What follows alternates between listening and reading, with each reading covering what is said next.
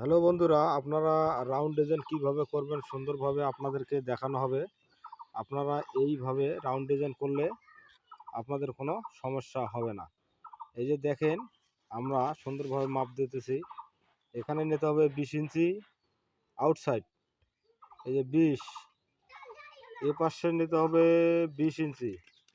20 ইঞ্চি নেওয়ার পর আপনার যে মেডেলটা আছে, মেডেল থেকে মাপ দেখতে হবে কত ইঞ্চি আছে। ধরেন 60 ইঞ্চি, এই 60 ইঞ্চির মেডেল কত হয়, ধরো 30, এই 30 ইঞ্চি মেডেলের দাগ দিয়ে নিতে হবে। দাগ দিয়ে নেওয়ার পর আপনারা এই যে দেখানো হচ্ছে, আপনারা সুন্দরভাবে এভাবে রাউন্ড ডিজাইন করতে পারবেন। তাহলে আপনাদের একুরেট মাপ আসবে, আপনাদের রাউন্ড করতে সমস্যা হবে না। আপনারা চাইলে প্রিয় বন্ধুরা এভাবে রাউন্ড ডিজাইন করতে পারেন। সবাইকে ধন্যবাদ।